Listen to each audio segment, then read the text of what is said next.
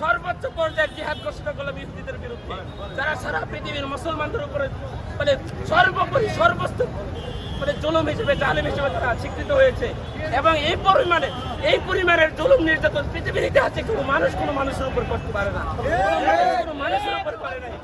ইহুদিরা যেভাবে মুসলমানদেরকে হত্যা করতেছে পৃথিবীর ইতিহাসে এই ছোট ছোট বাচ্চাদেরকে কেউ এখানে মুসলমান আর অমুসলমান না, পৃথিবীর যে কোনো ধর্মের কোনো বাচ্চাদেরকে যদি এইভাবে পৃথিবীর যে কোনো প্রান্তে মারা হয় আমরা তার বিরুদ্ধে দায়িত্বহীনভাবে কথা বলতে চাই এবং আমরা বলবো।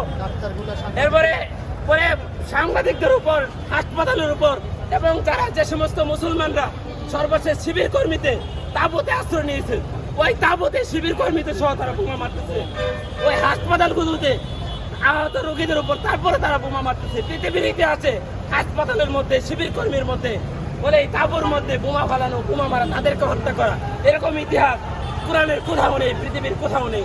এবং কোরআনে